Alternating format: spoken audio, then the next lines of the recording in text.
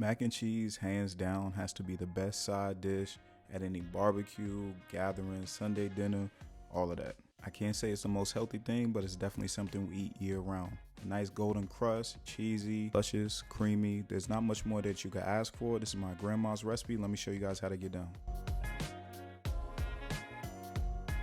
Alright, so I can't say this is gonna be the perfect recipe, but it's pretty darn close. These are pretty much the same ingredients my grandmother did when I was growing up as I was watching her, plus or minus a few cheeses. We got some elbow macaroni, Velveeta, 5 different cheeses I'm using, the OG with the Lowry, some Carnation evaporated milk and whole milk.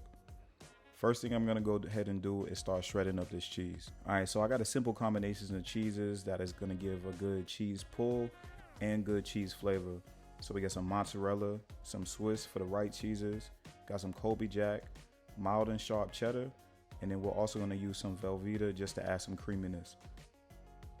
Velveeta always gets a bad rap, and I don't know why, because macaroni and cheese overall is probably not the most healthy thing that you should be eating.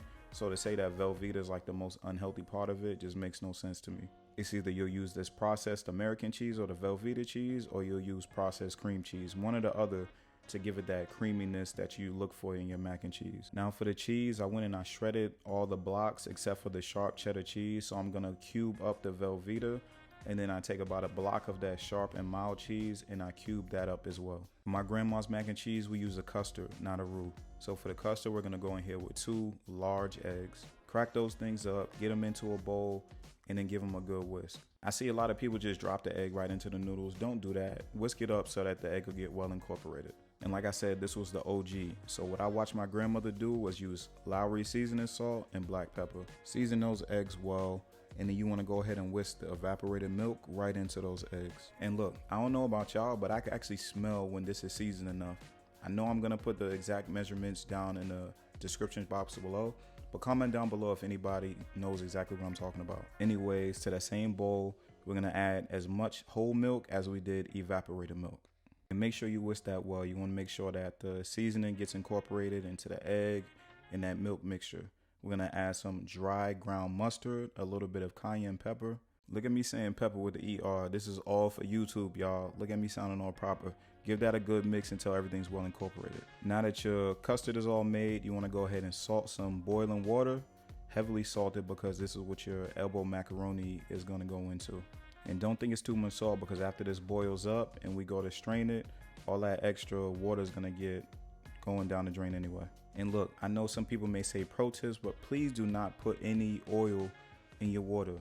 As long as you mix this elbow macaroni around a little bit, when you go to put it in this pot and it boils, it will not stick together. Just mix it a little bit with a spoon. Cook the elbow macaroni until just short of al dente, because once you mix everything together, it's gonna continue to bake in the oven. Do not rinse the starch off at this point, because it's going to help the cheese and that custard adhere to the pasta. But get that into the biggest bowl that you have in your house or a large pot, and I'll put about a stick of butter in there. Mix this around a little bit until the butter melts and it coats all of the elbow macaroni. It probably would have helped if I would have divided it into tablespoons and then put it in there, but for the sake of the video, we just going to make it do what it do, right? I'm gonna go in here with a few tablespoons of sour cream and mix that as well, just to make sure that the sour cream coats all the macaroni. Sour cream doesn't really have a taste, and even if you don't like the taste of sour cream, you're not gonna taste this at all. This is just to add creaminess to the elbow macaroni. Get some of your custard in there and start mixing with a spoon like immediately. Do not let the eggs sit and start to curdle and turn to scrambled eggs in this macaroni, y'all. This whole process, you're gonna be mixing and stirring occasionally. Make sure that you don't break the macaroni. That's why you don't want to overcook it, because then it'll start to break up as well. Next, we're going to go in here with some of that cheese we shredded up. I just went ahead and blended all the cheeses that we shredded up all in one bowl so it can go all in here together. Get a good handful of that in there, and then like I said, you're going to go back to stirring. If your macaroni is still fairly warm, you'll notice that the cheese is going to start to melt. Just keep on mixing gently. Just get everything off the edges of the bowl and make sure that that cheese is evenly distributed into the macaroni. So the next thing you want to do, we're going to go ahead and add that cubed cheese that we did, the cubed Velveeta, and some of that cubed sharp and mild cheese as well. Now look, why I cube some and I shred some. This is really just the way that I watch my aunt, my great grandma, my grandma do when I was growing up and watching them make mac and cheese. So I try not to switch up the recipe too much if I'm calling it grandma's mac and cheese. All I know is my grandmother wasn't doing no roux. So if that's what your grandma did, that's cool with me if it's cool with you. But I ain't doing no roux for this one. This is classic baked mac and cheese here. And if you think I put too much cheese, this might not be the video for you. Or if you think I put too much cheese and you want to keep watching, do that. Support me. I appreciate y'all. But look, this is mac and cheese. This is not elbow macaroni with a little bit of cheese. This is mac and cheese, baby. At this step, you could add evaporated milk if you need to, or whole milk. Do what you got to do. Seasoning, do all of that before it goes into the oven. If it's creamy before it goes into the oven, it's going to be creamy when it comes out. If it's dry before it goes in, it's going to be dry when it come out too.